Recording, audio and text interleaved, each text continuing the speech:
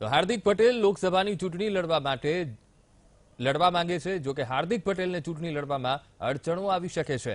વિસનગર ભાજપના ધારાસભ્યની ઓફિસમાં તોડફોડ કરવાના કેસમાં હાર્દિક પટેલને 2 વર્ષની સજા થઈ છે।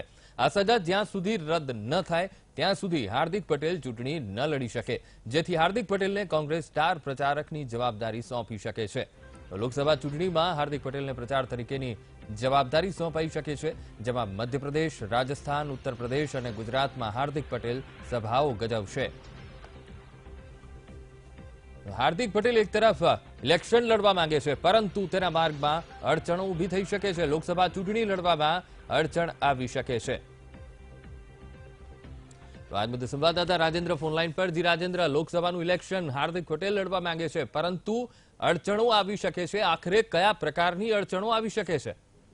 હજી ચોક્કસથી વાત કરીએ તો જ્યારે વિસનગરમાં પાટીદાર આંદોલન વખતે ત્યાંના ધારાસભ્યની ઓફિસમાં તોડફોડ કરવામાં આવી હતી, એ જ કેસમાં હાર્દિક પટેલને 2 વર્ષની સજા સુનાવવામાં આવી હતી।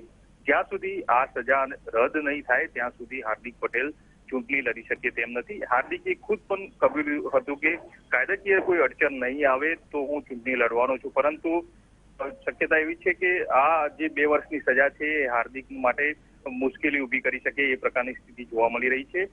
બીજી માહિતી એવી મળી રહી છે કે કોંગ્રેસ હાર્દિકને સ્ટાર પ્રચારક બનાવી શકે છે, કારણ કે પાટીદારમાં કોંગ્રેસમાં વાત કરીએ તો હાર્દિક અત્યારે મોટો ચહેરો છે અને સમગ્ર જે પાટીદાર વસ્તી છે, પાટીદારના જે સમર્થકો છે હાર્દિકના, તેમને પોતાની તરફેણમાં લાવવા માટે હાર્દિકને સ્ટાર પ્રચારક તરીકે કોંગ્રેસ લોકસભામાં ઉતારી શકે છે।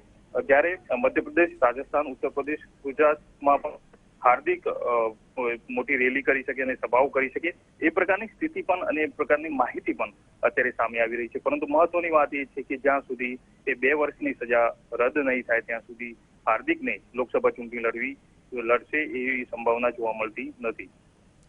જી બિલકુલ રાજેન્દ્ર, સમગ્ર માહિતી સાથે જોડાવા બદલ આપનો આભાર।